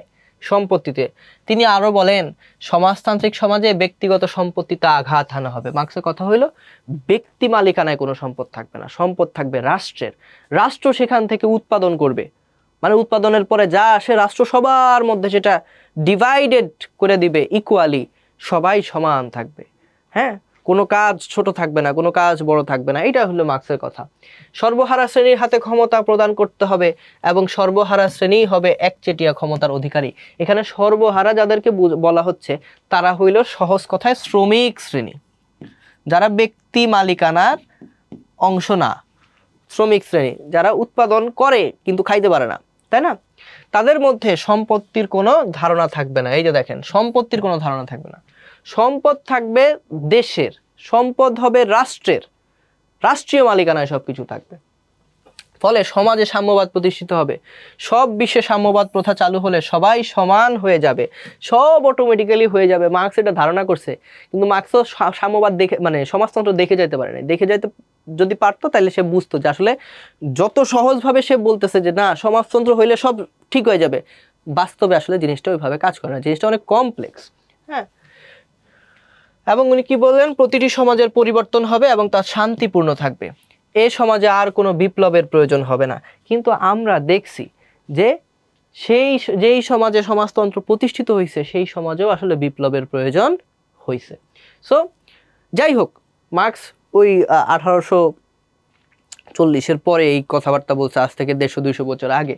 সো তখন উনি মূলত 5টা সমাজের বিবর্তনের কথা বলছে। 1 নম্বরে ছিল আদিম সাম্যবাদ, এটা আমাদের পরীক্ষা আসবে, সিকিউতে আসবে, পড়তে হবে। 2 নম্বরে ছিল দাস সমাজ, 3 নম্বরে সামন্ত সমাজ, 4 নম্বরে পুঁজিবাদী সমাজ, 5 নম্বরে আমরা সমাজতন্ত্র দেখতে পাচ্ছি, যেটাকে অর্থনৈতিক মুক্তির হাতিয়ার বলেছিলেন মিস্টার মার্কস, কিন্তু আসলে সেটা কাজ করে নাই। তো এই যে জিনিসটা, এটা দিয়ে আমরা কি বুঝলাম? এটা দিয়ে আমরা বুঝলাম যে মার্কস বলতেছে যে সমাজে পরিবর্তন হবে, এই ধারাগুলোর মধ্য দিয়ে সমাজ যাবে। সেই যে আমরা একটা সমাজ থেকে আরেকটা সমাজ দেখছি, বিবর্তন দেখছি, এগুলা কি পরিবর্তন না? সো এই হচ্ছে সামাজিক পরিবর্তন। দ্বিতীয় খুব ইম্পর্টেন্ট, যেটা থেকে অবজেক্টিভ তো আসেই, সাবজেক্টিভও আসে, ভেরি ইম্পর্টেন্ট, প্যারেটোর তত্ত্ব। প্যারেটোর তত্ত্ব খুব সহজ। প্যারেটো বলতেছে এলিট চক্রাকারে ঘুরতে থাকবে। এটা বাংলাদেশের দিকে তাকাইলে দেখবেন যে একটা এলিট ক্ষমতায় গেলে আরেকটা এলিট তাকে ক্ষমতা থেকে নামানোর চেষ্টা করবে। এলিট মানে হইলো আমার আপনার মতো লোক না, সমাজের একটা শ্রেণী যাদের হাতে ক্ষমতা আছে, তারাই নিজেদের মধ্যে ঘুরতে থাকে। এ দল যদি ক্ষমতায় যায় বি দল তাকে নামাইতে চেষ্টা করে, হরতাল দেয়। বি দল ক্ষমতায় গেলে এ দল তাকে নামানোর চেষ্টা করে। এবং প্যারেটো বলতেছে ইতিহাস সবাইকে সুযোগ দিবে। এবং এটা বাংলাদেশের প্রেক্ষাপটে আপনি চিন্তা করলে সবচেয়ে সুন্দর উদাহরণগুলো বাংলাদেশে আছে এখানে। আমরা আগে পড়ে দেখি। প্যারেটোর এই সমাজ পরিবর্তনের সূত্র ছিল এক রৈখিক। তাহলে প্যারেটোর সমাজতন্ত্র পরিবর্তনের সূত্র এক রৈখিক, অবজেক্টিভের জন্য ইয়ে করে দেন। উনি বলতেছেন এলিট শ্রেণীকে নিয়েই তার সূত্র, এবং এটা ট্রু। বাংলাদেশের সমাজ বা অন্যান্য সমাজ যদি আপনি দেখেন যে সমাজের পরিবর্তন আসলে এলিটদের মধ্যেই হয়, এলিটদের কারণেই হয়ে থাকে। তার সূত্র ব্যাখ্যা করেন যাকে এলিট চক্র বলা হয়, সার্কুলার অফ এলিটস। এলিট চক্র নিয়ে প্রশ্ন আসে। প্যারেটো মূলত গোষ্ঠীর উঁচু মর্যাদা সম্পন্ন অধিক প্রভাবশালী কোনো দলকে বোঝাতে এলিট শব্দটা ব্যবহার করেন। খুব স্বাভাবিকভাবেই এলিট যখন ক্ষমতায় থাকে না তখনও তার যেই পরিমাণ ক্ষমতা থাকে নর্মাল একটা মানুষের থাকে না, ঠিক আছে? সো এলিট হচ্ছে সে উচ্চ মর্যাদা সম্পন্ন, সমাজে প্রভাবশালী, হ্যাঁ, এবং সে প্রভাব রাখতে পারবে। তার মতে এলিট বলতে কোনো অভিজাত গোষ্ঠীকে বোঝায় না, বরং এমন একটা গোষ্ঠীকে বোঝায় যারা তাদের কর্মক্ষেত্রে তথা পেশাগত দিক থেকে সবচেয়ে বেশি সাফল্য অর্জন করেছে। তাহলে প্যারেটো আপনার হচ্ছে এলিট কাদেরকে বলছে? যারা পেশাগত দিক থেকে সবচেয়ে বেশি সাফল্য অর্জন করেছে। আর এই সাফল্য অর্জনের পেছনে নৈতিকতা কতটুকু অনুপস্থিত থাকলো বা নৈতিক মূল্যবোধের প্রতি কতটুকু শ্রদ্ধাশীল থাকা হলো, সেই বিষয়টি প্যারেটোর জন্য আদৌ গুরুত্বপূর্ণ ছিল না। তার জন্য একমাত্র অর্থবহ হলো সংখ্যাগত ও বস্তুগত সাফল্য। তাইলে প্যারেটোর মেইন থিম কি? আপনি আসলে নৈতিকভাবে চেঞ্জ করলেন নাকি অনৈতিকভাবে চেঞ্জ করলেন, দ্যাট ডাজন্ট ম্যাটার। ম্যাটার করে কি যে সংখ্যাগত ও বস্তুগত সাফল্য কতটুকু আসতেছে। তিনি আরো বলেন এলিট শব্দটির সাথে মর্যাদার একটি সম্পর্ক আছে। তবে এলিট হতে হলেই যে মর্যাদা থাকতে হবে এমন কোনো কথা নেই। তার মতে সমাজের সকল পেশাতেই এলিট বর্তমান, মানে সব পেশাতেই উনি বলতেছে যে এলিট আছে, তবে এদের সংখ্যা খুবই সীমিত। আপনি দেখেন কোন একটা বড় ডিসিশন নেওয়া হয়, এগুলা কিন্তু এই যে শেয়ার বাজারে কি হবে না হবে, এগুলা কিন্তু অল্প কিছু মানুষ নেয়। দেশে কি চলবে না চলবে এটা উপদেষ্টা পরিষদ নিচ্ছে, মাত্র 23 জন মানুষ, তাই না? সো এই যে কাঠামো, এইটাকে প্যারেটো এলিট বলতেছে। প্যারেটোর মতে গোষ্ঠীর সদস্যরা সবসময় প্রধান দুটি শ্রেণীতে বিভক্ত, যথা শাসক এলিট এবং অশাসক এলিট। এবার দেখেন প্যারেটো খুব সিম্পল কথা বলছে যে শাসক এলিট শাসন করে, হ্যাঁ, আর অশাসক এলিট তাকে সবসময় চাপে রাখে। একটা সময় এদের ভূমিকা পরিবর্তন হয়ে যায়, শাসক এক সময় অশাসক হয়ে যায়, অশাসক এক সময় শাসক হয়ে যায়। আমি এটা আরেকটু করে ব্যাখ্যা করব, আগে আমি আলোচনাটা করে নেই। প্রতিটি সমাজেই একটি গোষ্ঠী বা শ্রেণী থাকে যারা সমাজের শীর্ষে অবস্থান করে কিন্তু তাদের শাসন ক্ষমতা থাকে না। প্যারেটোর ভাষায় এরা হইল অশাসক এলিট, বাংলাদেশের বিরোধী দল। বাস, আর কিছু আমি বললাম না, বুঝেন? বাংলাদেশের বিরোধী দল, এদের কিন্তু যথেষ্ট মানে আছে, কিন্তু তারা শাসন ক্ষমতায় নাই, দ্যাট ইজ ওয়াই তারা অশাসক এলিট। আর একটা শ্রেণী থাকবে যারা শাসন ক্ষমতায় অধিষ্ঠিত, প্যারেটোর ভাষায় এরাই হলো শাসক এলিট। এদের মধ্যে রাজনৈতিক শাসক এলিট আবার দুই প্রকার। একটা হইল দেখেন যারা রাষ্ট্র ক্ষমতায় শীর্ষে অবস্থান করে, আর আরেকটা হইল যারা যোগ্যতা থাকা সত্ত্বেও কোনো না কোনো কারণে রাষ্ট্রীয় ক্ষমতায় যেতে পারেনি, কিন্তু যে কোনো মুহূর্তে তারা ক্ষমতায় যেতে পারে। তাহলে প্যারেটো কি বলতেছে? প্যারেটো বলতেছে যে এই যে সমাজের পরিবর্তন না, এই পরিবর্তনটা দুইটা চক্রের মধ্যেই হইতেছে। একটা হলো শাসক এলিট, একটা হলো অশাসক এলিট। এই শাসক এলিট যখন ক্ষমতা চালায়, অশাসক এলিট তাকে প্রেসার দেয়, হরতাল করে, আন্দোলন করে, মুভমেন্ট করে। হ্যাঁ, একটা সময় শাসক এলিট অশাসক এলিটের জায়গায় চলে যায়, অশাসক এলিট শাসকের জায়গায় চলে আসে, এবং তখন তাদের কার্যক্রম অল্টার করে যায়। এতদিন যে বলতো হরতাল ভালো না, সে এখন বলা শুরু করে হরতাল দিতে হবে। এতদিন যে বলতো যে আন্দোলন সংগ্রাম করলে ভালো লাগে না, সেই এখন আন্দোলন সংগ্রাম করতেছে। এভাবেই সমাজের পরিবর্তনগুলো হয়। সো প্যারেটো বলতেছে দুই ধরনের এলিট আছে, শাসক এলিট, অশাসক এলিট। সো দুইটা থিওরি আমরা দেখলাম, একটা হলো একরৈখিক বিবর্তন তত্ত্ব বাই মার্কস। মার্কস 5টা সমাজের কথা বলছে। আর হলো প্যারেটোর তত্ত্ব। প্যারেটো বলতেছে যে আমাদের সমাজের পরিবর্তনটা নির্দিষ্টভাবে সার্কুলেট করতেছে এই দুইটা গোষ্ঠীর মধ্যে, একটা হলো শাসক এলিট, একটা হলো অশাসক এলিট, এবং খুব অল্প কিছু মানুষ, এরাই ডিসাইড করতেছে যে সমাজে কি হবে না হবে। এবার আমরা সামাজিক পরিবর্তনের উপাদানগুলো একটু আলোচনা করব। জনসংখ্যা, ভাই জনসংখ্যা একটা বড় উপাদান। বাংলাদেশের মানুষের মানে গ্রোথ রেট অনেক বেশি, আমাদের জনসংখ্যা খুব তাড়াতাড়ি বাড়তেছে, এই কারণে আমাদের এখানে লিটারেসি ঠিক মতো আগাচ্ছে না। তারপরে আদার অনেক ব্যাপার স্যাপার আছে। প্রাকৃতিক পরিবেশও সামাজিক পরিবর্তনের উপর ডিপেন্ড করে। প্রযুক্তি, এটা নিয়ে আপনার কি বলে সিকিউ আসে, প্রযুক্তির ব্যাখ্যা করো। সংস্কৃতি, আধুনিকায়ন, যত বেশি মডার্নাইজেশন হইতেছে সমাজ তত ওইভাবে পরিবর্তন হচ্ছে। মনস্তাত্ত্বিক উপাদান, মানুষের চিন্তা চেতনার উপরেও সমাজের পরিবর্তন ডিপেন্ড করে। এবার আমরা দেখব বিবর্তন। বিবর্তন এই শব্দটা ল্যাটিন শব্দ ইভলভেয়ার থেকে আসছে, অবজেক্টিভের জন্য ইম্পর্টেন্ট। ইভলিউশন বা বিবর্তন, এটার মানে কি? বিবর্তন হচ্ছে উন্মুক্ত হওয়া, বিকশিত হওয়া। হ্যাঁ, নর্মাল মিনিং হচ্ছে এইটা। কিন্তু আমরা বিবর্তন বলতে কি বুঝি? আচ্ছা, আগে আমরা একটু অবজেক্টিভ, যেটা গুরুত্বপূর্ণ সেটা হলো সামাজিক বিবর্তনের জনক যে ভদ্রলোক সামাজিক বিবর্তন দিছে তার নাম হচ্ছে হারবার্ট স্পেন্সার। এটা পড়ে ফেলি। তার সোশ্যাল স্ট্যাটিস্টিক্স গ্রন্থ, এটাও অবজেক্টিভের জন্য ইম্পর্টেন্ট, হ্যাঁ, গ্রন্থে। এবং আরেকটা প্রিন্সিপালস অফ সোশিওলজি, এই গ্রন্থটাও লিখছে স্পেন্সার, এটাও অবজেক্টিভের জন্য ইম্পর্টেন্ট। তার মতে সমাজের পরিবর্তন হলো সহজ ও সরল অবস্থা থেকে একটি জটিল অবস্থায় রূপান্তর।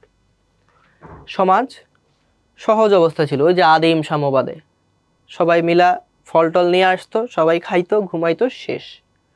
কিন্তু না, আস্তে আস্তে সমাজ কম্পাউন্ড হয়েছে, জটিল হয়েছে, কমপ্লেক্স হয়েছে। কিভাবে?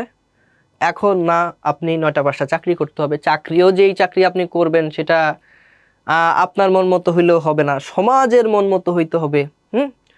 প্রেস্টিজিয়াস চাকরি করতে হবে, নাইলে আপনি অনেক সুযোগ সুবিধা থেকে সমাজে বঞ্চিত হবেন, বিয়ে শাদী ঠিক মতো করতে পারবেন না, তাই না?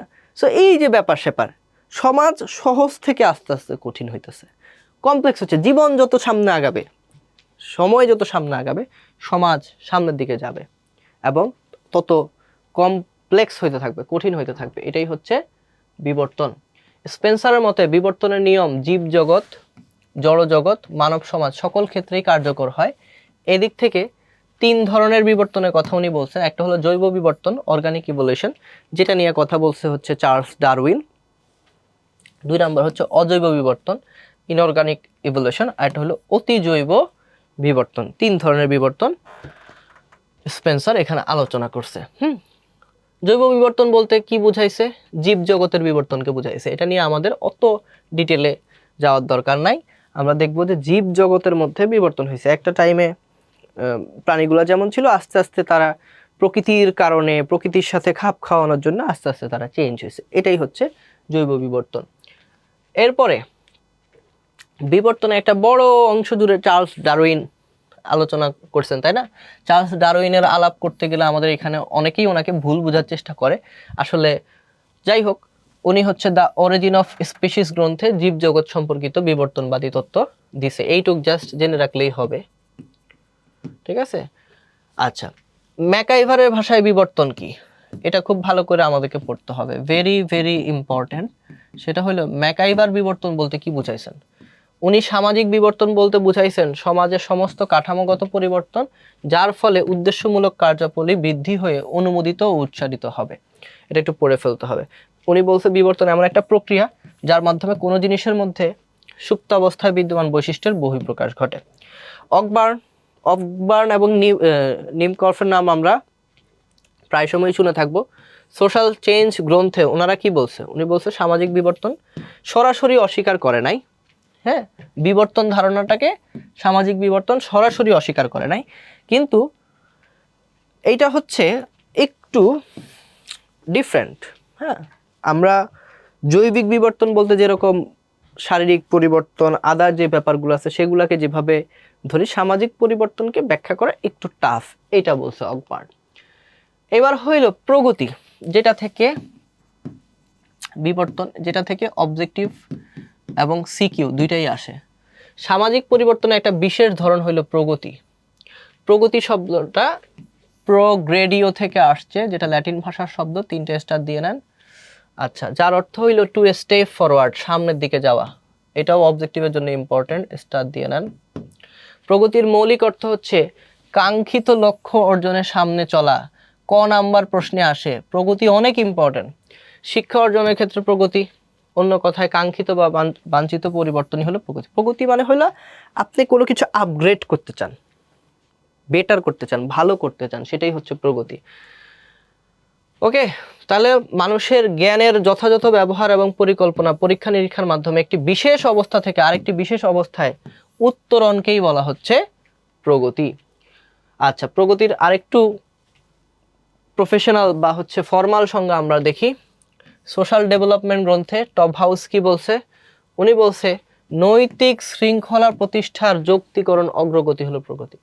তাহলে মানুষের মোরালিটিকে ভালো করার একটা লজিক্যাল ওয়ে হয়েছে প্রগতি। ম্যাকাইভার কি বলছে? আকাঙ্ক্ষিত লক্ষ্য অর্জনে মানবীয় প্রয়াসের ইতিবাচক পরিবর্তন হলো প্রগতি। এইটাও মাথায় রাখতে হবে যে আকাঙ্ক্ষিত লক্ষ্য যদি আমি অর্জন করতে চাই, ঠিক আছে। অনেকেই বলতেছে প্রগতির কোনো বৈজ্ঞানিক মূল্য নাই। ধরেন প্রগতি, এটার কোনো বৈজ্ঞানিক মূল্য নাই, এটা তো আবিষ্কার না, ঠিক আছে। প্রগতি পুরাটাই হচ্ছে মূল্যবোধের উপরে, আপনার চিন্তা চেতনার উপর ডিপেন্ডেন্ট। এটার কোনো বৈজ্ঞানিক মর্যাদা আসলে নাই। আচ্ছা, সমাজবিজ্ঞানীরা প্রগতির মাপকাঠি হিসেবে কি দেখাইছে দেখেন। প্রগতি পরিমাপের জন্য আপনি সামাজিক সংহতি, যে একটা সমাজে মানুষের মধ্যে কোহিরেন্স আছে কিনা, মানুষ মানুষকে বোঝার চেষ্টা করে কিনা, একতা আছে কিনা, এটা দেখতে হবে প্রগতি বোঝার জন্য। সমাজের বিভিন্ন শাখা প্রশাখার দক্ষতা ও কর্মদক্ষতার উন্নয়ন। আমরা ইউরোপে বলি যে ওরা অনেক প্রগতিশীল, কারণ কি সব দিকে তারা একটা ব্যালেন্স রেখে সামনে আগাইছে, হ্যাঁ, দক্ষতার উন্নয়ন করছে।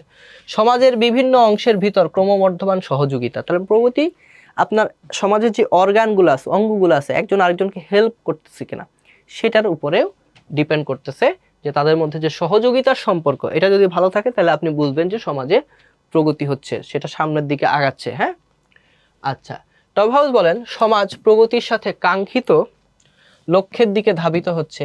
এই কাঙ্ক্ষিত লক্ষ্যগুলো হচ্ছে পরিমাপক, দক্ষতা, স্বাধীনতা এবং এক্সচেঞ্জ বা বিনিময়। বিষয়গুলো আমি আপনাদেরকে একটু বুঝাই। একটা সমাজে প্রগতি হচ্ছে কিনা এটা বোঝার জন্য আপনি দেখবেন যে স্কেল, মানে এই পরিমাপকগুলা কেমন, কোন কোন ক্ষেত্রে হচ্ছে। দক্ষতা বাড়তেছে কিনা মানুষের, মানুষের স্বাধীনতা বাড়তেছে কিনা, মানুষ তার মতো করে যা আছে করতে চায় সেটা করতে পারতেছে কিনা। যদি করতে পারে তাহলে প্রগতি হচ্ছে, যদি না পারে তাহলে এটা আমরা যেই লক্ষ্য বা উদ্দেশ্যে আগাতে চাচ্ছি সেটা হচ্ছে না। আর এটা হলো বিনিময়, এক্সচেঞ্জ। মানুষের মধ্যে বিনিময়ের ব্যাপারটা কীরকম, মানুষ কি তাদের মধ্যে সৌহার্দ্যমূলক সম্পর্কে আছে কিনা, এগুলা যদি ঠিক থাকে তাহলে প্রগতি হচ্ছে। ভেরি ইম্পর্টেন্ট কনসেপ্ট বাংলাদেশের বর্তমান প্রেক্ষাপটে। উন্নয়ন, উন্নয়ন জিনিসটা কি? উন্নয়ন শব্দটাকে নিয়ে একটা রাজনীতি আছে, উন্নয়নের রাজনীতি আছে একটা, হ্যাঁ, যে উন্নয়ন যাদের জন্য আমরা উন্নয়ন করতে চাই তারা কি চায় কিনা উন্নত হইতে, হ্যাঁ, এটা কি কোনো একটা চাপায় দেওয়া আইডিয়া কিনা, এই রাজনীতিটা আছে। তো যাই হোক, হব হাউস তার সোশ্যাল ডেভেলপমেন্ট গ্রন্থে উন্নয়নের 4টা বৈশিষ্ট্য চিহ্নিত করছেন। অবজেক্টিভের জন্য পড়বেন উন্নয়নের বৈশিষ্ট্য 4টা, ঠিক আছে। মাত্রা বা আয়তনগত বৃদ্ধি, দক্ষতার বৃদ্ধি, পারস্পরিক সম্প্রসারণ এবং স্বাধীনতা, যেগুলা প্রগতির ক্ষেত্রে আমরা দেখছি কাছাকাছি আইডিয়াগুলা। মাইকেল টোডারো, বটমর হচ্ছে উনি বিবর্তন থেকে মানে বটমর এটা বলছে যে উন্নয়ন জিনিসটা বিবর্তনের একটা পার্ট, হ্যাঁ। সো এটা নিয়ে আমরা বেশি আলোচনা করব না। টোডারোর এটা নিয়ে আমরা আলোচনা করব। মৌলিক 3টা মৌলিক উপাদানের কথা বলছে, 3টি মৌলিক উপাদানের কথা বলছে টোডারো, এটা আমাদেরকে পড়তে হবে। উন্নয়ন মানে কি? আত্মজীবিকা নির্বাহ, আত্মসম্মান, অধীনতা থেকে মুক্তি। সো এইটা খুব ইম্পর্টেন্ট, এটা দিয়ে সিকিউ হয়, হ্যাঁ, সিকিউ এর উদ্দীপক হিসেবে আসে। আপনার উন্নয়ন মানে কি? বাংলাদেশে কেন আমরা উন্নয়ন হচ্ছে না বলতেছি, কারণ দেখেন বাংলাদেশে প্রায় বহু মানুষ, 28-29 লক্ষ মানুষ শিক্ষিত কিন্তু বেকার।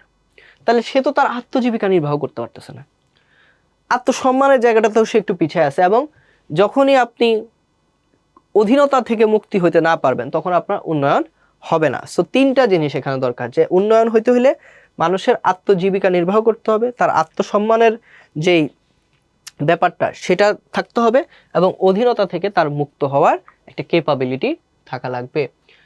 ডাডলি সিয়ার্সের কথা আমরা একটু দেখি। উনি মনে করেন কোনো দেশের উন্নয়ন জানতে হলে মৌলিক প্রশ্নের উত্তর জানতে হবে। এক, দারিদ্র্যের ক্ষেত্রে কি ঘটেছে। আমরা বললাম উন্নয়ন হইলো, আমাদের এটা বাড়তেছে ওইটা বাড়তেছে, জিডিপি জিএনপি সব বাড়তেছে, কিন্তু দেশের মানুষ দরিদ্র সীমার নিচে, তাহলে হবে না। দেখতে হবে আপনার পোর মানুষ, পোভার্টির ক্ষেত্রে কি ঘটতেছে, কর্মক্ষেত্রে কি ঘটতেছে, সবার কাছে এনাফ কাজ আছে কিনা, সবার চাকরি বাকরি আছে কিনা, ব্যবসা আছে কিনা, হ্যাঁ, সবাই নিজেরটা নিজে করতে পারতেছে কিনা। 3 নম্বরে অসমতার ক্ষেত্রে কি ঘটতেছে। এই দুইটা আছে, কিন্তু নারী পুরুষের থেকে পিছায় আছে, বা পুরুষ নারীর থেকে পিছায় আছে, হবে না। সমতা থাকতে হবে। এই যে বিষয়গুলো নিয়ে যদি আমরা প্রশ্ন করি, তাইলে উন্নয়নের অবস্থাটা কি সেটা আমরা বুঝতে পারবো। বিবর্তন, প্রগতি, উন্নয়ন ও সামাজিক পরিবর্তনের মধ্যে সম্পর্ক, এইটা নিয়ে সিকিউতে প্রশ্ন আসে, যে প্রগতির সাথে এর পার্থক্য কি, উন্নয়নের পার্থক্য কি, বিবর্তনের পার্থক্য কি। আচ্ছা, এখন টিভি বটমর বলতেছে, দেখেন একেবারে গোড়ার দিকে তত্ত্ব আলোচনায় পরিবর্তন, বিবর্তন, উন্নয়ন, প্রগতি সব একই রকম ভাবে আলোচনা করা হইতো। যেখানে অর্থক্যর পার্থক্য করা হয়েছে, হ্যাঁ, সেখানেও এগুলো পরিভাষা হিসেবে এদেরকে আলাদা করা হয়েছে। হ্যাঁ, পরবর্তীকালে হ্যাঁ এই যে শব্দগুলা, এগুলা যথার্থতা সম্পর্কে প্রশ্ন উঠছে, এই কারণে আলাদা আলাদা করে এগুলাকে দেখার প্রয়োজন হয়েছে।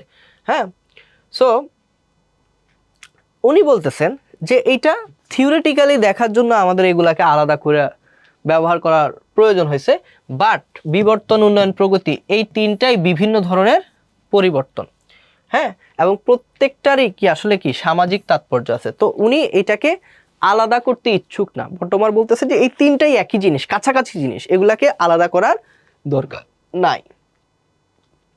আচ্ছা, হারবার্ট স্পেন্সারের মতে সমাজ এবং জীব দুইটাই বিবর্তনশীল, তাই তিনি প্রগতিকে বিবর্তন বলে গণ্য করছেন। কারণ সামাজিক বিবর্তন সর্বদাই ঊর্ধ্বগামী, এটা অবজেক্টিভের জন্য ইম্পর্টেন্ট। সামাজিক বিবর্তন সব সময় উপরের দিকে, ঊর্ধ্বগামী। প্রতিটি সমাজ সবসময় নিম্ন স্তর থেকে উচ্চ স্তরে উপনীত হয়। এমন কোনো সমাজ নাই উচ্চ স্তরে ছিল নিচের দিকে যাবে, না, সবগুলা নিম্ন স্তর থেকে উপরে যাবে। আর হবহাউস বিবর্তন বলতে বুঝছেন যে সংস্কৃতির অপার্থিব ক্ষেত্রের। হ্যাঁ, উনি বলতেছেন মানে হবহাউসের ভাষায় বিবর্তন হলো সাংস্কৃতিক। হ্যাঁ, এটা আসলে বস্তুগত না ততটা। আর উন্নয়ন পুরাটাই হইল বস্তুগত, উৎকর্ষের পথে। এটা প্রগতির ধারণা বিবর্তন থেকে আলাদা, যদিও ঐতিহাসিকভাবে বাস্তবিক অর্থে দুটোর মধ্যে একটা ঘনিষ্ঠ সম্পর্ক আছে। গিন্সবার্গ এটাকে একটা নির্দিষ্ট লক্ষ্যে উন্নয়ন বা বিবর্তন হিসেবে সংজ্ঞায়িত করেছেন। তাহলে বিবর্তন মানে পরিবর্তন, এটা দীর্ঘ সময় ধরে হবে, কিন্তু যখন সেটা একটা যৌক্তিক মূল্যবোধকে, হ্যাঁ, এবং একটা নির্দিষ্ট লক্ষ্যের দিকে হচ্ছে, তখন সেটাকে আমরা বিবর্তন বলতে পারি। সুতরাং আমরা লাস্টে যে কনক্লুশনে আসলাম সেটা হলো এই তিনটা প্রত্যয়কে আলাদা করা যায় না, কিন্তু এরা একে অপরের সাথে নিবিড়ভাবে সংযুক্ত। তাইলে এটা অবজেক্টিভ এবং আমাদের অনুধাবনের ক্ষেত্রে এটা ইম্পর্টেন্ট, যে এই তিনটা জিনিসই সামহোয়াট কাছাকাছি, কিন্তু বিভিন্ন সময় আলোচনার ক্ষেত্রে আমরা এই শব্দগুলোকে হেরফের করে ইউজ করি। তাহলে আজকের আলোচনায় যতটুকু আমাদের দরকার ছিল সেটা আমরা কনসেপ্টগুলো আলোচনা করে ফেলছি। এখন আমরা কিছু বহু নির্বাচনী আলোচনা করব। সমাজ কাঠামোর রদবদল বলতে কি বোঝায়, এটা সকল বোর্ড 2018-তে আসছিল। সমাজ কাঠামো যদি পরিবর্তন হয়ে যায় তখন সেটাকে, মানে রদবদল হয় তখন সেটাকে পরিবর্তন বলে। এটা অ্যান্সার হবে ক। সামাজিক পরিবর্তনের চক্রাকার তত্ত্ব কে দিছে, এটা প্যারেটো, আমরা কয়েকবার আলোচনা করছি। উনি বলছে যে এলিটরাই সবকিছু কন্ট্রোল করে, ও থাকে, মানে একটা হচ্ছে অশাসক আর একটা হচ্ছে শাসক। জীবনের এক পর্যায়ে শাসকের জায়গায় যায় অশাসক, অশাসকের জায়গায় আসে শাসক, এভাবে ঘুরতে থাকে, ঘুরতে ঘুরতে সমাজের পরিবর্তন হয়।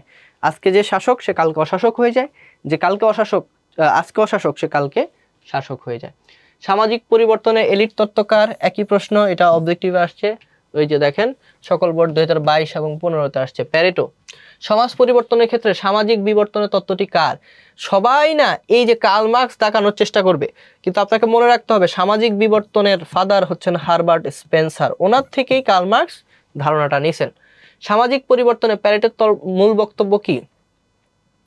ওনার মূল বক্তব্য হচ্ছে দ্বন্দ্বের মাধ্যমে সমাজ পরিবর্তন হয়, কৃত কৌশলের পরিবর্তনে সমাজ পরিবর্তন হয়, ব্যক্তির প্রচেষ্টায় সামাজিক পরিবর্তন হয়, না ইতিহাসের পুনরাবৃত্তি হয়।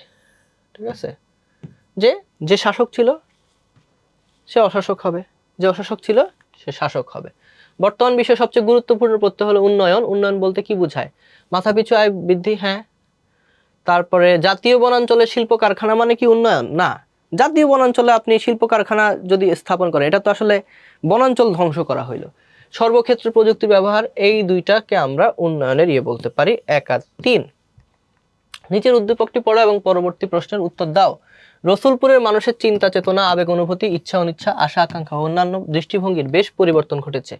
এই এলাকায় মানুষের স্বাভাবিক উন্নয়নের পাশাপাশি সামাজিক অবস্থারও আমল। আচ্ছা, ঠিক আছে। কোনটির প্রভাবে রসুলপুরে সামাজিক পরিবর্তন ঘটেছে? চিন্তা চেতনা, আবেগ অনুভূতি। তাইলে এটা তো অবশ্যই একটা মনস্তাত্ত্বিক উপাদান। রসুলপুরের মানুষের চিন্তা চেতনা, হ্যাঁ এটা তো দেখলাম। উক্ত প্রভাবে মানুষের মধ্যে ব্যক্তি স্বাতন্ত্র্য বাড়ছে, হ্যাঁ। অনুকরণ প্রিয়তা না, চিন্তা চেতনা, আবেগ অনুভূতি, ইচ্ছা অনিচ্ছার যদি দাম দেওয়া হয় তাহলে মানুষ অনুকরণ প্রিয় হয় না, রুচিবোধ তাদের বাড়ছে। 1 ও 3, এটা হবে খ নাম্বার।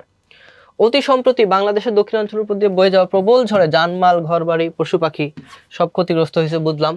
গবেষকরা এই ক্ষয়ক্ষতি নিয়ে উত্তরণের জন্য সহযোগিতা ও পুনর্বাসন কার্যক্রমের পাশাপাশি ঝড়ের হাত থেকে রক্ষা পাওয়ার জন্য প্রস্তুতির কথা বলেছেন। তাহলে ঝড়ের প্রভাবকে আমরা কি বলতে পারি? পরিবর্তন ভাইয়া, কারণ এটা বিবর্তনও না, প্রগতিও না, উন্নয়নও না, এটা পরিবর্তন, সামাজিক একটা পরিবর্তন এখানে ঘটতেছে। অতি সম্প্রতি একই জিনিস। আচ্ছা, উদ্দীপকে গবেষকদের সুপারিশ মৃত্যুহার হ্রাস করবে, ইয়েস। সামাজিক প্রগতি আনবে, সামাজিক উন্নয়ন ঘটাবে, হ্যাঁ, তিনটাই করবে। তাহলে ঘ। সমাজবিজ্ঞানের একটি গুরুত্বপূর্ণ প্রত্যয় যা ল্যাটিন শব্দ প্রোগ্রেডিও থেকে এসেছে, এই যে দেখছেন 2017-তে আসছে। মৌলিক অর্থ, হ্যাঁ, উদ্দীপকে কোনটাকে করছে? প্রোগ্রেডিও মানে হচ্ছে প্রগতি, প্রগতিকে নির্দেশ করছে। সমাজবিজ্ঞানের একটি গুরুত্বপূর্ণ প্রত্যয় প্রোগ্রেডিও থেকে আসছে, যার মৌলিক অর্থ, হ্যাঁ। উক্ত প্রত্যয়টি যাচাইয়ের মাপ কথা হচ্ছে উন্নত জীবনমান, হ্যাঁ, প্রগতি হলে উন্নত জীবনমান হয়। উৎপাদিত পণ্যের সুষম বন্টন, হ্যাঁ। ব্যক্তিগত বিকাশের সম্পূর্ণ সুযোগ, 1 2 3, তিনটাই হবে। ক নামক ব্যক্তি স্বপ্ন দেখতেন তার ছেলে মেয়ে সবাই সুশিক্ষায় শিক্ষিত হয়ে গ্রামের অসহায় সুবিধা বঞ্চিত মানুষের সেবা করবে। আচ্ছা, হ্যাঁ। উদ্দীপকে কোন ধরনের পরিবর্তনের কথা বলেছে? আচ্ছা, তাদের গ্রাম একটি সুখী সমৃদ্ধ এলাকা হবে। তাইলে উদ্দীপকে কোন ধরনের কথা বলা হয়েছে?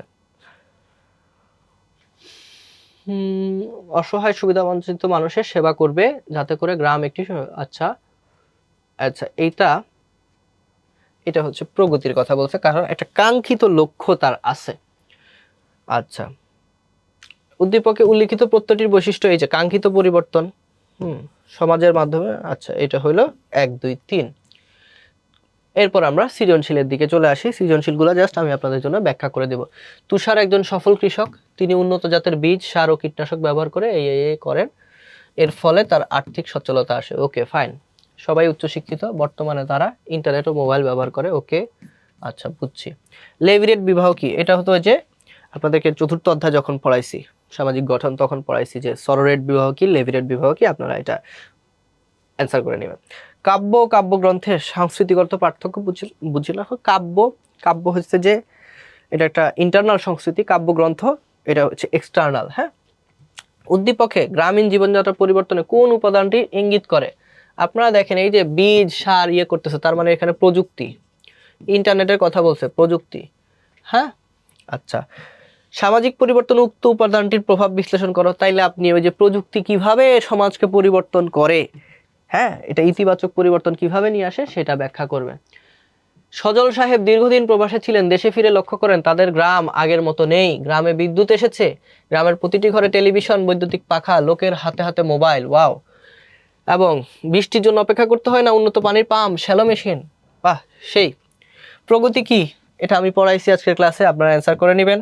উন্নয়ন বলতে কি বুঝো? প্রগতি এবং উন্নয়নের পার্থক্য আমরা কিন্তু মানে আহামরি তেমন কোনো পার্থক্য নাই, কিন্তু উন্নয়নের ব্যাপারটা হলো উন্নয়ন কিছু মেট্রিকের উপর ডিপেন্ড করে, হ্যাঁ। উদ্দীপকে সমাজবিজ্ঞানে কোন প্রত্যয়টির ইঙ্গিত পাওয়া যায়? উন্নয়ন, ঠিক আছে। প্রযুক্তির কারণে এখানে উন্নয়ন ঘটতেছে, সব কিছু এখানে তৈরি হয়েছে। প্রত্যয়টি তুমি কোন ধরনের পরিবর্তন লক্ষ্য করেছো? এখানেও উন্নয়নকে ব্যাখ্যা করবেন। এখানে প্রযুক্তির কারণে কিভাবে উন্নয়ন সাধিত হয় সেই জিনিসটি নিয়ে আপনারা আলোচনা করবেন। সো আজকের আলোচনায় একটা গুরুত্বপূর্ণ চ্যাপ্টারকে আমরা খুব অল্প কিছু কথার মাধ্যমে যেন আপনারা বুঝতে পারেন সেভাবে র্যাপ আপ করার চেষ্টা করেছি। আশা করি এই আলোচনাটি আপনাদের কাজে আসবে এবং এটা যখনই পরীক্ষাতে আপনারা এটা ডিল করবেন আপনারা খুব ভালোভাবে এখান থেকে প্রশ্নের উত্তর করতে পারবেন এবং এটি আপনাদের হেল্প করবে, এই প্রত্যাশা রেখে আজকের আলোচনাটি এখানেই শেষ করছি। অন্য কোনো ক্লাসে আপনাদের সাথে আবার দেখা হয়ে যাবে।